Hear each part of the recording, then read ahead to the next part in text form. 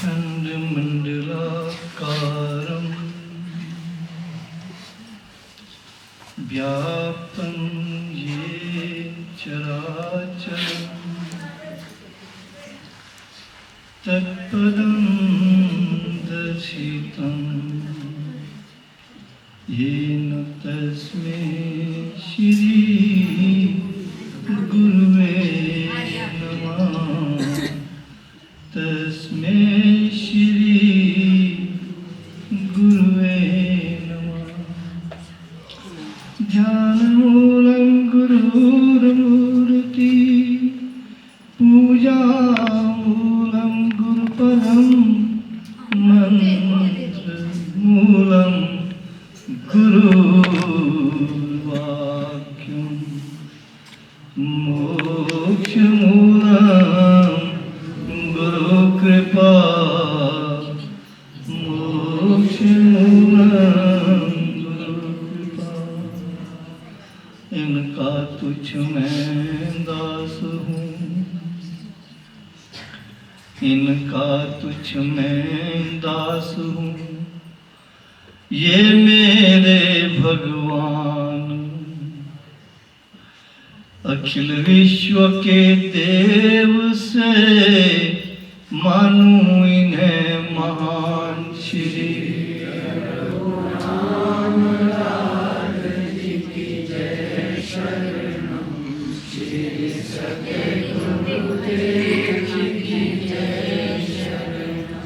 इनका तुझ मैं दास हूँ, इनका तुझ मैं दास हूँ, ये मेरे भगवान।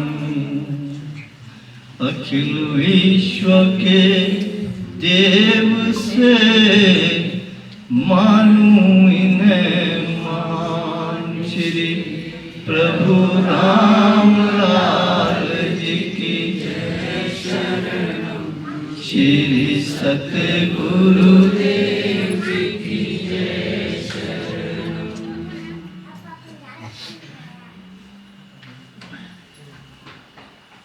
करुणा सागर श्री प्रभु जी के प्रेम भक्ति स्वरूप बंधुओं के चरणों में मेरा नमन।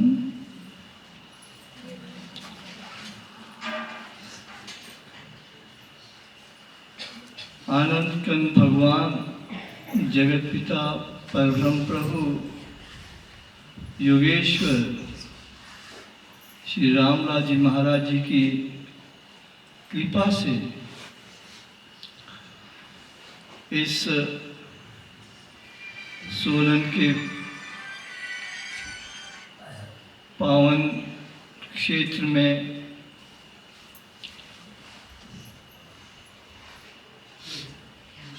आदरणीय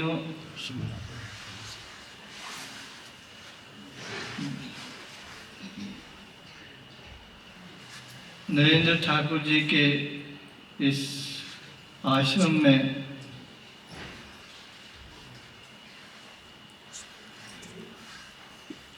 गोपाल जी के पुरुषार्थ से, इनके प्रेम से, इनकी तन्मयता से साध संगत का इस घर में आना हुआ और ये सौभाग्य बड़ी मुश्किल से मिलता है।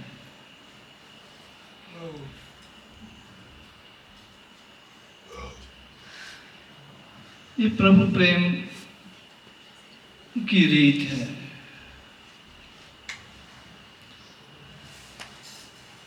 यूँ तो हजारों इनविटेशन घर घर में भेजने पड़ते कि आपने हमारे यहाँ आना, लेकिन जहाँ प्रभु का प्रेम होता है वहाँ कोई इनविटेशन नहीं। एक छोटी सी खबर कि हमारे यहाँ सत्संग है। तो देखिए आज ये इनका सुंदर हॉल, सुंदर सत्संग कक्ष इन्होंने बनाया प्रभु जी की कृपा से, आदरणीय गोपाल जी की प्रेरणा से। आज ये पूरी तरह से साध संगत से भरा हुआ है और साध संगत का इस घर में आना हुआ है। इसीलिए कहते हैं के साथ संगत बड़ी मुश्किल से घर में आती है। करोड़ों जन्मों के पुण्यों के पश्चात फिर कहीं ऐसा सौभाग्य प्राप्त होता है।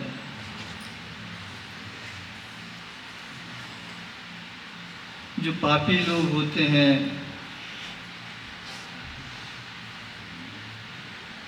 उनके पास बहुत कुछ होता है, लेकिन सत्संग नहीं प्राप्त होता। सत्संगति और हरि कथा तुलसी दुर्लभ दुए, सुत दारा और लक्ष्मी पापी के भी। पुत्र पापी के भी होता है, चोर के भी होता है, पत्नी उसकी भी होती है, धन उसके पास भी होता है, पर साध संगत नहीं आती है किसी के घर। प्रभु भक्तों का आना बड़ा मुश्किल होता है। और जहाँ साध संगत आती है, ग्रंथों में लिखा है कि साध संगत का सारा पुण्य उस परिवार को चला जाता है। साध संगत का इतना फल है, अपनी सारी कमाई साध संगत उस मिट्टी को दे देती है जिस घर में सत्संगति होती है। तो नरेंद्र ठाकुर जी बधाई के पात्र हैं, और आदरणीय कौशल जी का देखो पुरुषार्थ है। इनके प्रयास से, इनके प्रेम से हमको भी अपने प्रेम से, प्रभु भक्ति से इधर को खींच लाए हैं, और अपना प्रेम सबको बांट रहे हैं।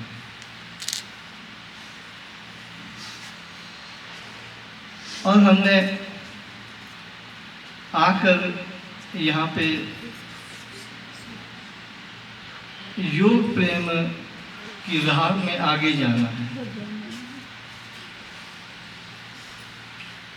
सांसारिक मनमुटाव, सांसारिक क्लेशों को छोड़कर योग प्रेम की राह में हमने आगे जाना होता है। और योग प्रेम की राह, जैसे गवाड़िया जी ने कहा कि हमने केवल उसमें योग, पतंजलि योग दर्शन में लिखा है पहले समाधि पाद है, तो समाधि को प्राप्त करने, उसके बाद साधन पाद है कि समाधि कैसे प्राप्त होगी, उस साधन से होगी। साधन पाद के बाद उसमें पतंजलि ने लिखा है विभूति पाद। साधन करने के बाद समाधि से पहले विभूति आ सकती है, हमने वहाँ नहीं लटकना है। फिर जाके कैवल्य आएगा जब हम अपने अंतिम लक्ष्य को प्राप्त हो जाते हैं। जब तक कैवल्य नहीं आता तब तक दुख नहीं जाते, तब तक अंधेरा ही अंधेरा, जैसे लाइट चलेगी तो अंधेरा ही रहेगा। दुख कैवल्य प्राप्त जो सद्गुरु होता है, पुरुष होता है, उसके पास दुख नहीं होता, वो अत्यंत आनंद में होता है। तो हमने वहाँ जाना होता है। तो वहाँ जाने के लिए एक अच्छे गाइड की जरूरत पड़ती है। अब ये इतना ही बहुत नहीं है नरेंद्र ठाकुर जी के लिए। हम यहाँ आ गए, सत्संग हो गया, खाना खिला दिया और हम चले गए, तो ये समझो तो ये तो कुछ भी नहीं है। तो अगर ऐसा हुआ तो हमारा आना भी यहाँ व्यर्थ है। और इनका प्रयास भी, गोपाल जी का साध संगत को यहाँ लाना, वो भी व्यर्थ है। हमारे आने के पश्चात, साध संगत के आने के पश्चात घर में प्रभु प्रेम का प्रभाव बनना चाहिए। ऐसा दिन कोई ना हो यहाँ कि प्रातः और सायं की आरती ना हो। ऐसा दिन कोई ना हो यहाँ कि प्रातः योग का परिवार वाले अभ्यास ना करें। ऐसा दिन कोई ना हो कि यहाँ रामायण का पाठ से कोई दिन खाली रह जाए। साध संगत के आने का, कौशल जी के प्रयास का और प्रभु जी के प्रेम प्रभाव के कारण जो साथ संगत आई है, उसका प्रतिफल तभी सार्थक सिद्ध होगा जब यहाँ इसके पश्चात पूरा परिवार योग की राह को निष्ठापूर्वक आत्मसात करेगा। और हम यही प्रभु जी से प्रार्थना करते हैं कि इसके पश्चात इन्होंने बड़े शौक से देखी कितना सुंदर कक्ष बनाया है, और प्रभु जी ने अपनी कृपा से एक बहुत सुंदर एक मकान का यहाँ निर्माण किया है। तो मकान का निर्माण तो किया है, और यहाँ तक के साथ संगत के आने से ये आश्रम बन गया है। मकान में अगर प्रेम ना हो तो घर नहीं बनता। मकान और घर में फर्क है।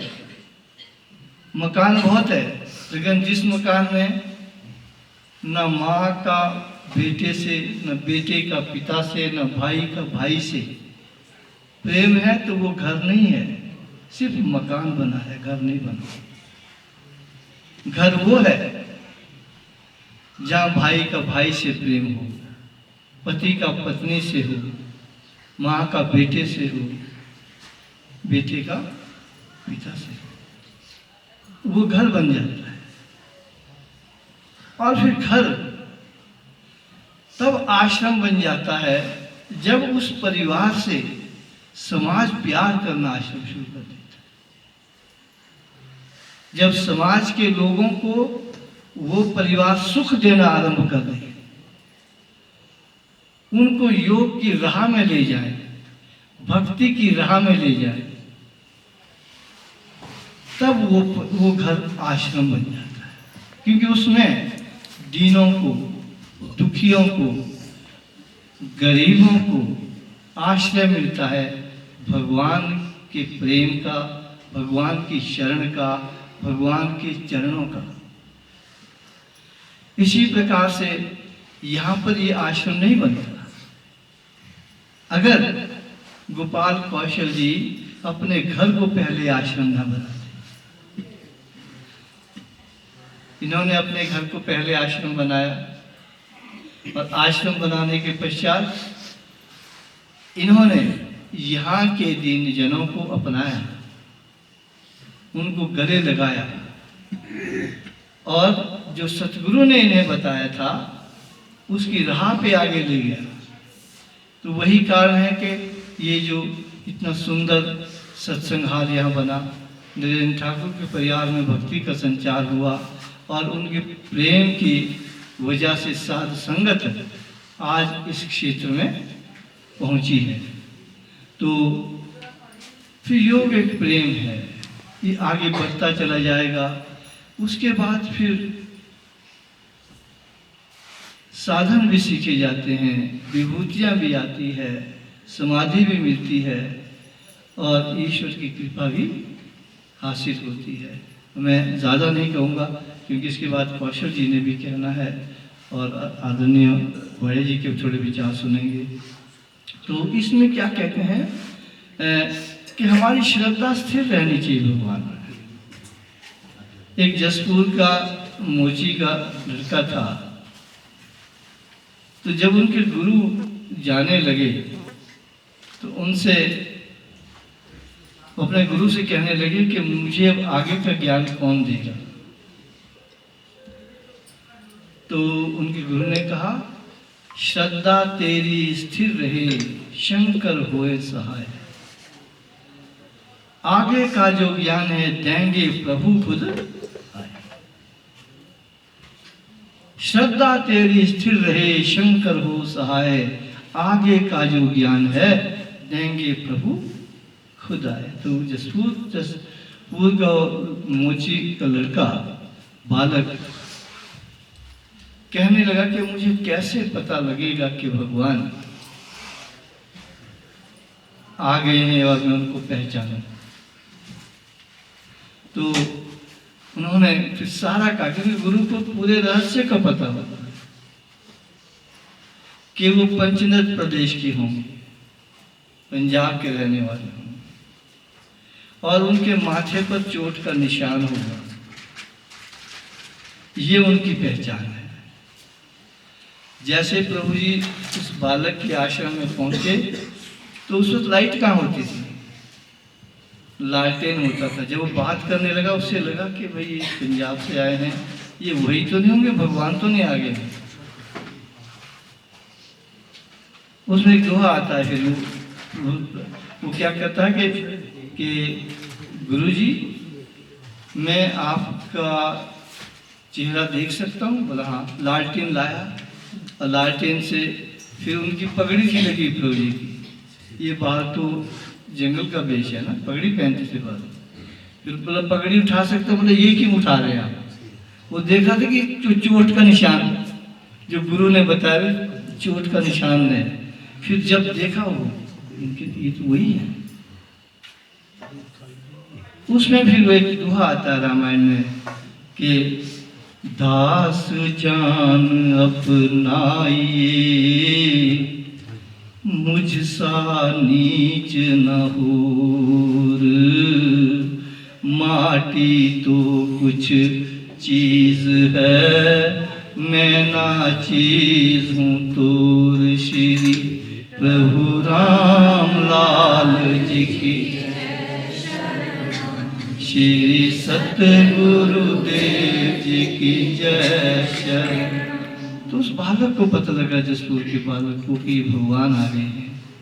तो कहने लगा दास जान अपनाइए, मुझसा नीच न हो, माटी तो कुछ चीज है, मैं ना चीज तो कुछ भी नहीं हूँ, अपना दास बना लो। फिर कहने लगा कि तुम्हारी क्या दिक्कत है? उनका मेरी खेचरी सिद्ध नहीं हो। फिर प्रभु जी की कृपा से खेचरी सिद्ध होती है। तो ये सब एक किस वजह से? उनके गुरु ने कहा कि श्रद्धा तेरी स्थिर रहे, शंकर होए सहाय, आगे का जो ज्ञान है देंगे प्रभु खुद आए। तो ये जो साध संगत है, ये भी एक प्रभु का रूप होती है। हम दीक्षा नहीं देते हैं, दीक्षा साध संगत देती है और प्रभु जी देते हैं। हमारा एक बार एक लड़की की शादी रोहू से रामपुर हो गई और बेटी का नाम अर्चना है। तो जब भी आना उन्होंने टिकरी आश्रम, अंकल जी हमारे घर कब आएंगे, हर साल कहना। अब हम आएंगे, लेकिन कब समय होता है तभी पहुंच सकते हैं।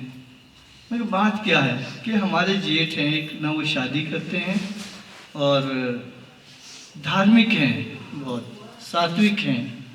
दो भाई हैं कि उन सबकी शादी करते, और सबसे बड़े वो अविवाहित हैं, शादी भी नहीं कर रहे हैं, लेकिन मेरा सहयोग भी बहुत देते हैं। मैं चाहता था कि अगर वो दीक्षा ले लेते तो और भी ज़्यादा इस रास्ते पर आ जाते। मैंने कहा ये काम तो प्रभु रामदास जी महाराज का है। हर साल बोला, तो 12 साल के बाद हम कहीं उनके यहाँ जा सके। ऐसा साथ संगत आराम से नहीं पहुंचती, वर्षों लग जाते। 12 वर्ष के बाद हमारा जाना हुआ, ठाकुर चैनाम जी थे।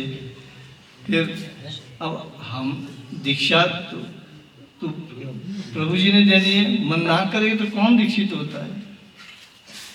अचानक देखो प्रभु की कृपा हुई और वो कहने लगे कि उनका मन बहुत कर गया। हम इनकार कर रहे थे, नहीं, मैं कहा आप और जगह कहीं देख लीजिए जहाँ आपको ठीक लगता। नहीं नहीं नहीं, कहते हैं कि हम तो आप ही दे दो। अरे उनका बात क्या है भी, मुझे कहा है किसी ने, क्या कहा है कि आपके घर में जब भगवान की संगत आएगी तब आपने दीक्षा ले। पर वो तो वर्षों के बाद अब आई। मैं किसने कहा? कहते एक साधु ने। मैं कहा हुआ क्या, कैसे कहा उसने? क्योंकि रामपुर बाजार में मिला था। रामपुर बाजार में मिला था। हमें क्या हुआ कि उसने कहा कि भाई 10 रुपये दो। मैंने 10 रुपये दे दिए। फिर कहने लगा तेरी अंदर वाली जेब में 100 का नोट है, वो दे दे, और वो भी ज़रूर था। मैंने कहा चलो यार कोई जानने वाला है, इसको दे ही देते हैं। तो फिर कहते दूसरी जेब में तो 500 रुपये है, वो क्यों नहीं निकालता। तो मैंने कहा उसको भाई, बोला आपको मालूम है, बोला क्या, कि मेरे भाई बहन है, माता है घर में, सारे पैसे मैं आपको दे दूं तो उनको क्या खिलाऊंगा। भैया तू तो बड़ी ऊंची बात करता है। तो बोले भगवान देगा। तो भगवान तो कहाँ से आएगा भगवान देने, वहां तो मैं बैठा हूं ना, भगवान कहाँ से आएंगे। मुझे माता पालनी है, पिताजी का पालन करना, भाइयों का पालन करना, पैसे आप मांग रहे हैं, इसलिए बने आप साधु। बोले तब तू क्या चाहता है। कहते फिर अगर आप यही चाहता है, मेरे सारे पैसे लेना चाहते हैं, तो ये कर दो, ये कपड़े मुझे दे दो साधुओं वाले, तू मेरे घर चले जा। कहते तू मेरे घर को संभाल दे। तो इसलिए पैसे मांग रहे आप।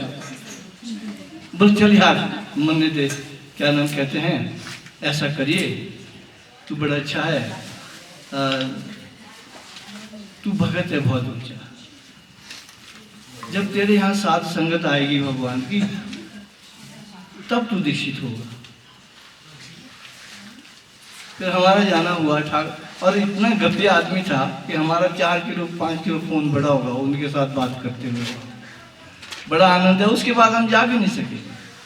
उन्होंने प्रभु जी से दीक्षा ग्रहण की, धर्मसेन जी नाम था, और साधु को बोल गया फिर क्या करना है, चिमटा मुझे दे दे, पगड़ी मुझे दे दे, चूड़ा मुझे दे दे, और तू मेरे घर चले जा, तू मेरे घर को संभाल। कहते मैं बाबा बन जाता हूँ।